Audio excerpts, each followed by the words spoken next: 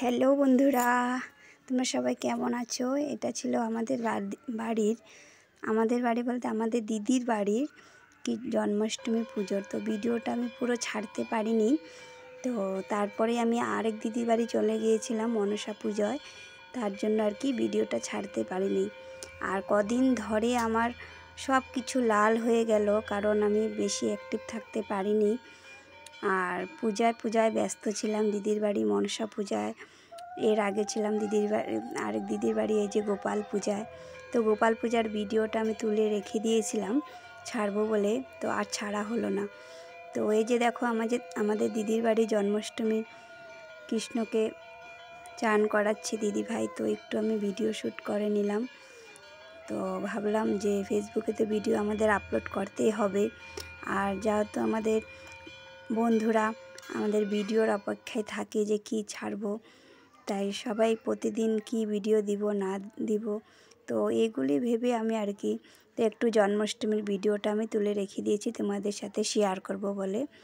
তো দেখো গোপাল সোনাকে দিদি ভাই কি সুন্দর করে চান করাচ্ছে, পুরা আদর করে করে কি সুন্দর করে চান করাচ্ছে। আর ওই বড় গোপালটাকে আগেই চান করানো হয়ে গিয়েছিল। তো কৃষ্ণ জন্মাষ্টমীর দিনের ভিডিও এটা, তো ছাড়তে পারিনি, আমি খুব ব্যস্ত ছিলাম। তাই আজকে আমি ভাবলাম যে না, তোমাদের সাথেই পুরো ভিডিওটা আজকে শেয়ার করব। আর কেমন হয়েছে তোমরা নিশ্চয়ই আমাকে জানাবে। এই হলো আমাদের দিদির বাড়ির জন্মাষ্টমী পুজো। দেখো আমি একটু একটু করে সব কিছু তুলে নিয়েছিলাম।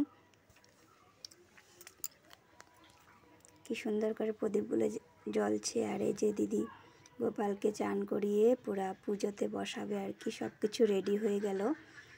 আর দিদি যেহেতু উপাস ছিল, ওর মুখ টুকগুলো পুরো শুকিয়ে গেল দেখো।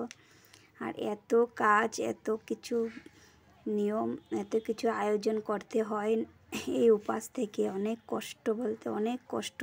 যারা এই পূজাটা করে আর কি, তারাই জানে। এই যে দেখো আমার গোপাল সোনা, আর এটা হলো আমার বোন, মামাতো বোন। আর আমার গোপাল সোনাকে বললাম একটু নাচো বাবা, ও নেচে দিল, সবাইকে দেখাচ্ছে নেচে। আর এই যে দেখো আমাদের মামা, আমাদের দিদি ভাই, যারা এখানে ছিল সবাইকে একটু ভিডিও করে নিলাম, তোমাদের সাথে দেখাবো শেয়ার করব বলে। আর সব বাচ্চা পার্টি দেখো, আমার মেয়ে মুচিবাতি জ্বলাচ্ছে। বললাম যে একটু তাকা আমার দিকে, আমি তোদেরকে একটু ভিডিও করে নিই। তো এই যে দেখো, আর ফুচকা তো যে জ্বালাচ্ছিল বাপরে কি বলবো, পুরা ফুর্তি আনন্দ।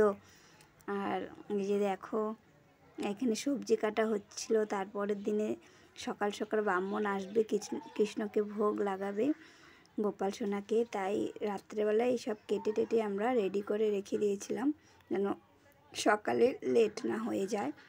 তো এখানে একটু সবজি কাটার ভিডিওটা একটু তুলে নিলাম।